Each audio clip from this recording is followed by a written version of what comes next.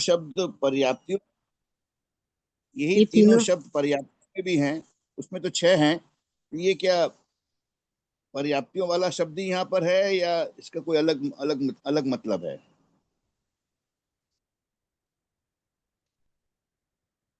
पर्याप्तियां छह हैं।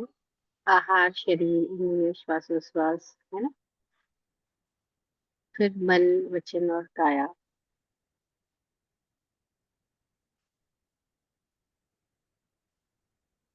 आप पूछ रहे हैं कि ये पर्याप्ति और तीनों योग, ये एक ही हाँ, बात है क्या? लास्ट में मन।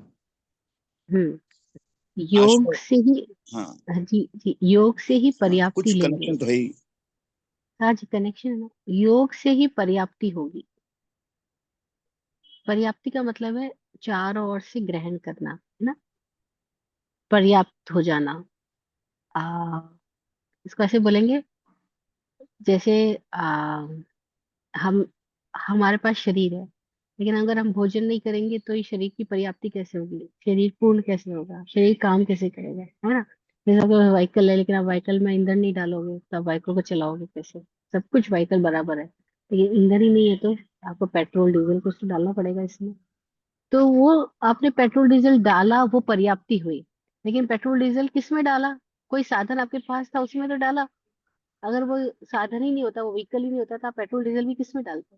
उस व्हीकल का जो होना है वो योग है। उस योग में फिर फिलिंग करना वो पर्याप्ति। शायद मैं अपनी बात समझा पा रही हूँ। हमारे पास में शरीर है, वाणी है, मन है ना। ये तीनों का, तीनों से हम जुड़ाव किए वो योग है। तीनों से हम जुड़ाव किए वो हमारा योग है। अब इस जुड़ाव से, इस जुड़ाव को फिल करने के लिए हम पर्याप्ति लेते हैं। क्योंकि शरीर को फिलिंग करनी पड़ेगी ना, तो भोजन लेना होगा, श्वास लेनी होगी। फिर ये इंद्रियां वर्क कैसे करेगी? तो इंद्रियों के लिए भी वापस आहार लेना होगा। तो ये सब चीजें जो इसको जो ईंधन दे रहे हैं वो पर्याप्ति है। इन योगों को हम ईंधन जो दे रहे हैं वो पर्याप्ति है। फर्स्टली थिंग इज योग। और योग क्या है? कि हमने इस पूरे अस्तित्व के साथ, पूरे ब्रह्मांड के साथ में हमने अपने आप को जोड़ा। किसके माध्यम से जोड़ा? तो बोला मन, वाणी और कर्म के माध्यम से जोड़ा। मन, वाणी और काया के माध्यम से हमने जुड़ाव पैदा किया, वह योग है। और इस जुड़ाव से ही सारा आश्रव है। ये योग ही आश्रव हो रहा है। लेकिन ये योग आश्रव तो हो रहा है, लेकिन कौन सा योग शुभ आश्रव हो रहा है, कौन सा योग अशुभ आश्रव हो रहा है, वो हमें समझना होगा। उसमें कोई एक फैक्टर है जो किसी को शुभ में बदलता है, किसी को अशुभ में बदलता है। वो हमारा क्वेश्चन है जो हमें खोजना है कि वो क्या फैक्टर है जो शुभ और अशुभ को आपस में चेंज करता है। Is it okay? और और इसी आश्रम को फिर अल्टीमेटली कर्म ही बोलेंगे।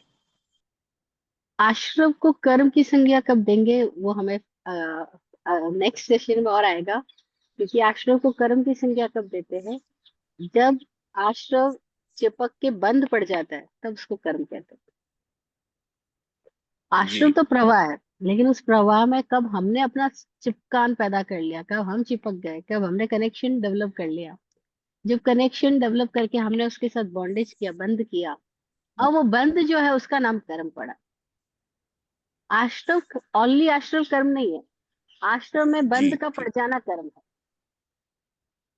Is it okay? Vaibhavshri ji, वो पर्याप्ति शब्द से फिर भी कुछ कंफ्यूजन है। आप कुछ सिंपल लैंग्वेज में समझाएंगी? ये समझ में आ गया कि जो है मन, वचन, काया जो है, सबका योग होने से मतलब उसका उसी से आश्रय होता है। पर उसमें पर्याप्ति, आई एम स्टिल कंफ्यूज कि वो does that manifest itself, manifestation के लिए है कि मतलब I am trying to understand. जी, मैं आपको एग्जाम्पल के साथ समझाती हूँ वापस। पर्याप्ति क्या है? कि ऐसे समझो कि हम आपने पूड़ी देखी होगी, पूड़ी बनती है। छोटी गोल पूड़ियाँ अपने घरों में से बनती है ना। तो हम पूड़ी को बेलते हैं और बेल के कढ़ाई के तेल में डाल देते हैं। तो जैसे ही कढ़ाई में जो गरम तेल है, उसमें जब पूड़ी डालते हैं तो पूड़ी कैसे चारों ओर से तेल को लेती है ना। और लेकर के एकदम फूल जाती है। अब देखो, जब पूड़ी डाली थी उसका आकार क्या था, और जब पूरी ने चारों ओर से तेल ले लिया उसके बाद उसका आकार क्या बन गया, है ना। फूल के कैसी कुप्पा हो गई, मजेदार हो गई। तो ऐसे ही पर्याप्ति का मतलब क्या हुआ? हमने अपने आप को ऐसी स्थिति में डाला, फिर वहां से चारों ओर से हमने भोजन लिया, चारों ओर से परमाणु लिए, चारों ओर से पुद्गल को ग्रहण किया, और उससे हमने अपने आप को फिल किया। अब ये शरीर में जैसे ही अन्य शरीर का निर्माण किया, जब हमारा जन्म हुआ तब कैसे हुआ, इस पूरी प्रोसेस को हम समझेंगे, पर्याप्ति समझ में आए तो। जब हमारा जन्म हुआ तब कैसे हुआ, हम एक शरीर से हमने दूसरे शरीर को जन्म दिया। हम सूक्ष्म शरीर लेकर आए, उससे हमने स्थूल देह को पैदा किया। ठीक है, सूक्ष्म शरीर लेकर आए यानी तेजस्वी कार्बन शरीर हम लेकर आए, उससे हमने औदारिक या बैक्टीरिया या आहार दूसरी हम स्थिति में पैदा हुए। जैसे अभी मनुष्य में तो औदारिक रूप में पैदा हुए, है ना। तो हमने सूक्ष्म शरीर से औदारिक शरीर को जन्म दिया। इस सूक्ष्म शरीर ने औदारिक शरीर को जन्म देने के लिए क्या किया, जैसे पूरी तेल में जाकर के उसने तेल को ग्रहण किया और वो पूरी फूल गई, ऐसे सूक्ष्म शरीर ने चारों ओर से ऐसे परमाणुओं को ग्रहण किया, और ग्रहण करके वो उसने अपना आकार बनाया। तो सबसे पहले उस ग्रहण करने का नाम आहार पर्याप्ति है। पहली पर्याप्ति आहार पर्याप्ति है, तो आपको पता है आहार पर्याप्ति, शरीर पर्याप्ति, इंद्रिय पर्याप्ति, श्वासोच्छ्वास पर्याप्ति, भाषा पर्याप्ति और मन पर्याप्ति, ये 6 पर्याप्ति के भेद है। ठीक है, आहार पर्याप्ति का मतलब है आहार करना। आहार करने का मतलब जैसे पूरी ने चारों ओर से तेल को ग्रहण किया, आ आ हार, आ हार ले लिया अंदर, है ना। कैसे वो हमने टीवी में देखते हैं ना, मगरमच्छ ने अपना मुंह खोला, उसमें मछलियां गई और उसने मुंह बंद कर लिया, तो उसका नाम है आहार।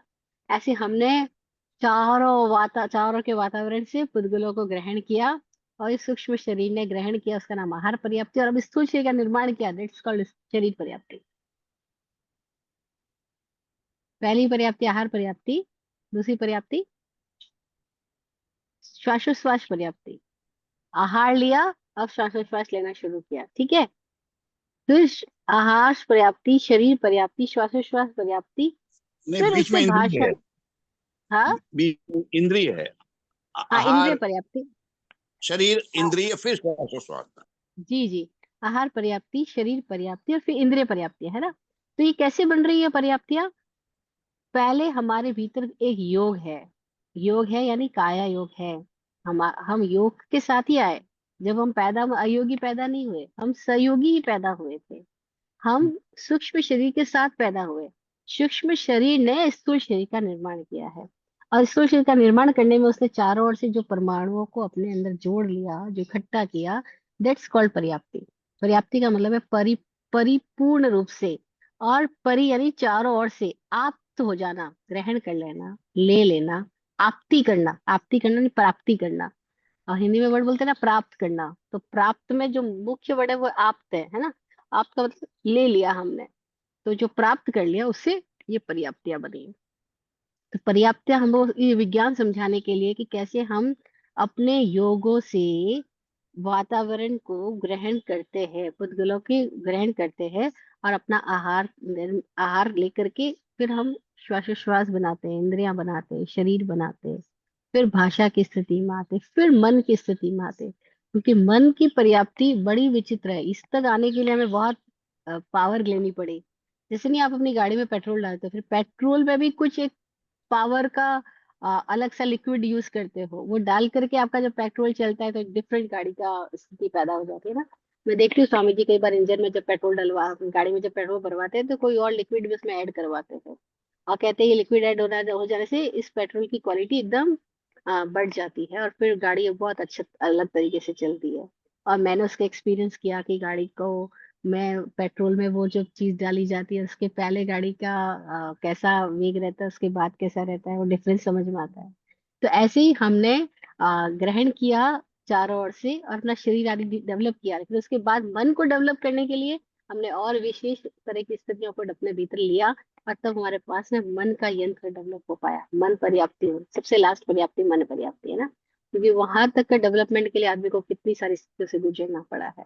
तो इस तरह से 6 पर्याप्तियां यानी इस ब्रह्मांड में मौजूद विविध पौद्गलिक स्थितियों को हमने अपनी क्षमताओं के साथ में ग्रहण कर लिया। अब देखो, जब पूड़ी बनती है, तो सारी पूड़ियाँ फूलती है क्या? अमित जी दिखाई नहीं दे रहे। Amit ji, right here। आप दिखाई देना बंद कर जाते हो तो मुश्किल हो जाती है थोड़ी। नहीं, मैंने वीडियो ऑन रखा है। अच्छा, स्क्रीन के ऊपर आप नहीं आ रहे थे, कोई और आ रहे थे। अच्छा अच्छा। तो जब पूड़ी आपने बनते हुए देखी होगी, देखा सारी पूड़ी नहीं फूलती है ना? तो उस पूड़ी के बेलने में भी कोई अलग अलग स्थितियां होती है, इसलिए कोई पूड़ी तो इस भांति बेली गई कि फूल जाती है, कोई पूड़ी को बेलने में अलग दबाव रह गया तो वो फूलती नहीं है ना? एग्जाम्पल से समझा रही हूँ। तो कोई तो स्थितियां है जो मन तक पहुंचती है, पूरी पूर्ण रूप से फूलेगी और मन को भी ग्रहण कर सकती है। लेकिन कोई स्थितियां ऐसी है कि जहाँ पैदा तो हो जाए, पर्याप्ति भी लेगा, लेकिन मन डेवलप नहीं कर पाएगा, पूरी तरह से फूलेगा ही नहीं, उसके पहले ही वो पिचक करके बन तो गई पूरी लेकिन पिचकी भी रह गई, फूली नहीं है ना? एग्जाम्पल दे रही हूँ। तो ऐसी कोई हाँ है जो पूरा मन तक डेवलप करेगा, इतनी शक्तियों को भी ग्रहण कर सकता है, और कोई इतनी शक्तियों को ग्रहण नहीं कर पाएगा।